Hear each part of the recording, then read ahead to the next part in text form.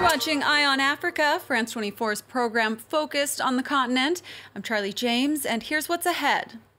A military buildup in Libya. Strongman Khalifa Hifter orders troops to march on Tripoli, where the rival UN-backed government is based. The United Nations calling for restraint. A hunger crisis in Kenya getting worse. 1 million people are now short of food. The government is distributing relief aid, but families are still having to ration the little they have. And the Musée d'Orsay in Paris retitles masterpieces to celebrate the black models they feature. France 24 takes you to the exhibit, which examines representation in modern art. We begin in Libya, where Eastern military leader Khalifa Hifter has ordered his forces to march on Tripoli. That's the capital of the country's UN-backed government, raising fears of a major showdown between rival militias. Owen Barnell brings us the details on the offensive. Edging closer to Tripoli. On Thursday, forces loyal to warlord Khalifa Hifter say they captured Garian, a town about 100 kilometers south of the Libyan capital, after clashing with pro-government troops on Wednesday. Tripoli, I address you and all brave fighters. The time to launch the assault has arrived. Go forward as you always do, and with the grace of God. See you in Tripoli in peace, to all those who desire it. Earlier, a video released by Haftar's self-styled Libyan National Army, known as the LNA, showed a convoy of armoured vehicles and pickup trucks, mounted with heavy guns on the road. And in a statement, the group claimed they wanted to purge the west of the country of terrorists and mercenaries. Fayez Sarraj, the head of the UN-backed government, for his part, called the move by Benghazi's strongman a, quote, escalation, adding that they have issued instructions and declared a general alert to all military and security forces. The announcements coincided with a visit by the UN Secretary-General to Tripoli, who has urged for restraint. Antonio Guterres is on a regional tour, seeking to help avoid a confrontation between the rival Libyan camps, in conflict since the overthrow of Muammar Gaddafi 8 years ago. Guterres plans to help prepare a UN-brokered national conference later this month, in a bid to chart a roadmap to elections and stabilise the oil-producing country. Next, new details revealed about the final moments of Ethiopian Airlines Flight 302. Ethiopian officials have released a preliminary report on last month's crash and found that the pilots and crew did everything they could to avert the disaster. But proper emergency procedures couldn't stop the plane from repeatedly nosediving.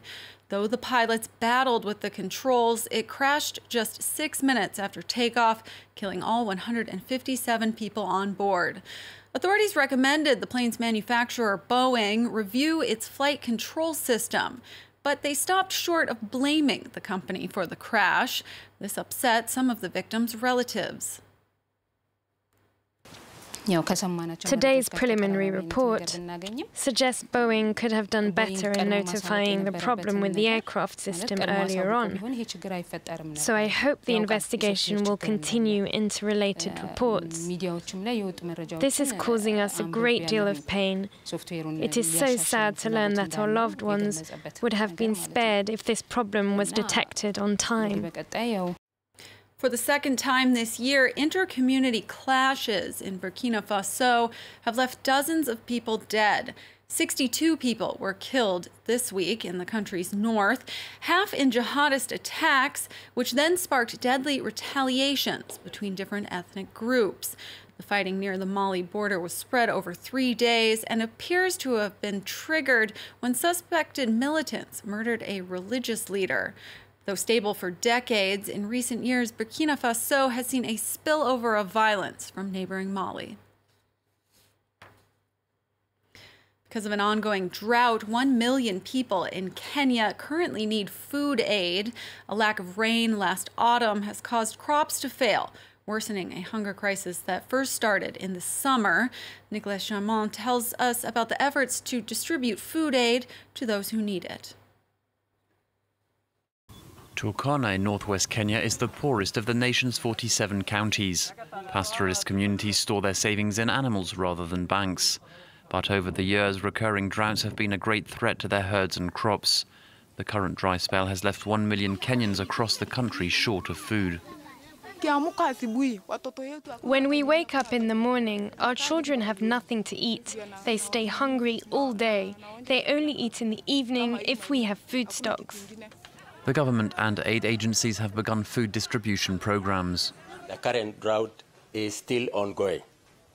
It is still severe, and therefore the population is still being affected. Relief food through the national government is continuing.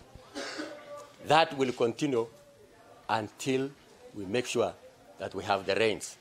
The authorities said the number of people in need of food aid has risen by almost 70% since August due to poor rains in October and November. We thank whoever has brought this food here today. We're urging the government to help us get water, or even a borehole, so we can irrigate our farms. Last month, Kenya's Deputy President William Ruto said the government had allocated some $20 million to respond to the drought.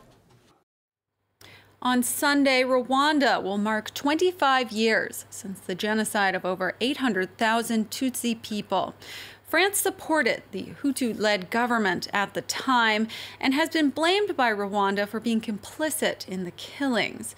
Now, since the massacres, the official relationship between the two nations has been tense at times. But how do Rwandan citizens feel about France? Our reporters went to find out. Frog legs and burgundy snails. This French restaurant in Kigali opened in 2013 and attracts Rwandan and expat diners alike. Diplomatic relations have never affected its clientele. I have felt welcome from the start.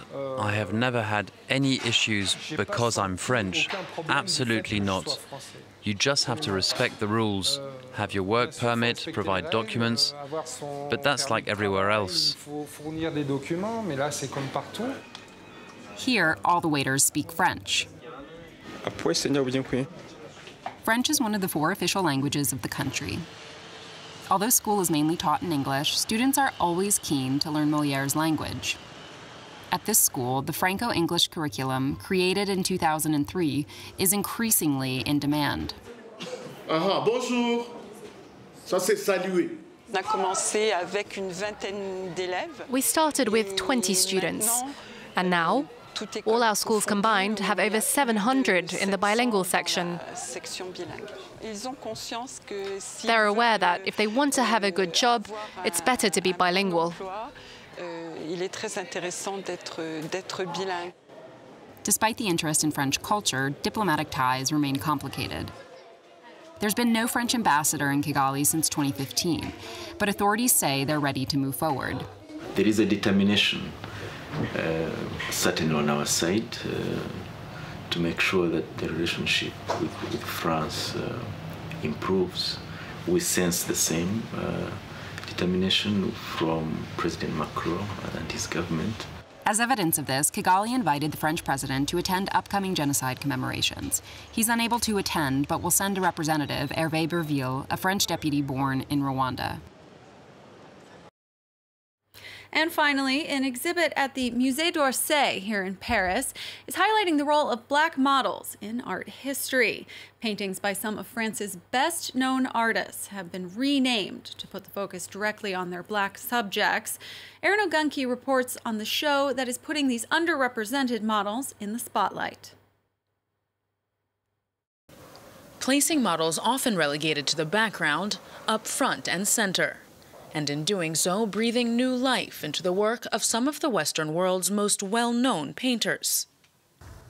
The exhibition, Black Models from Géricault to Matisse, explores the presence of Black figures in primarily French art from the late 18th to the mid-20th century. I think it's above all an exploration of history, a history that many French people don't know very well.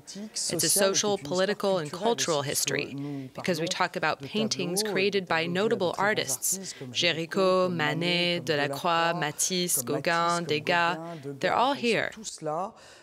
From abolitionist paintings by artists including Theodore Géricault, to paintings simply depicting France's growing black community, and even to the more exoticized representations of artists like Paul Gauguin, the diversity of the selected works reflects the differing and evolving views of black figures. The inspiration behind the exhibition, Manet's Olympia, and the generally overlooked presence of Laure, the black model also in the foreground. Both of these women are relocated from the exotic locales of Orientalist paintings, the locations of empire. The maid figure seems to be almost a colleague. She is proffering flowers, but she's not overtly serving or working or washing her employer. She instead seems to be consulting with her. The exhibition also examines the contribution of black artists to the evolving portrayal of people of color. An entire section is dedicated to the work of several Harlem Renaissance painters, some of whom undeniably influenced Henri Matisse's later works. And for the occasion, French rapper and spoken word artist Abdel Malik will stage a performance at the museum. Named after the painting Young Black Boy with a Sword, Malik's show mixes poetry, rap, and visual arts. Black people are a part of the national community. And talking about them is to make them a part of this country's history, of this continent's history. But the black figure is also a symbolic one. It symbolizes all the people who are relegated to the periphery. Women, people in the suburbs, and those who live in disenfranchised neighborhoods, but also people who live in rural communities.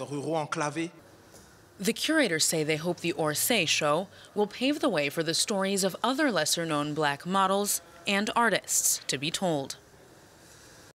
And if you'd like to see it yourself, the show is on view until July 21st. That's all for this edition. Thanks for watching.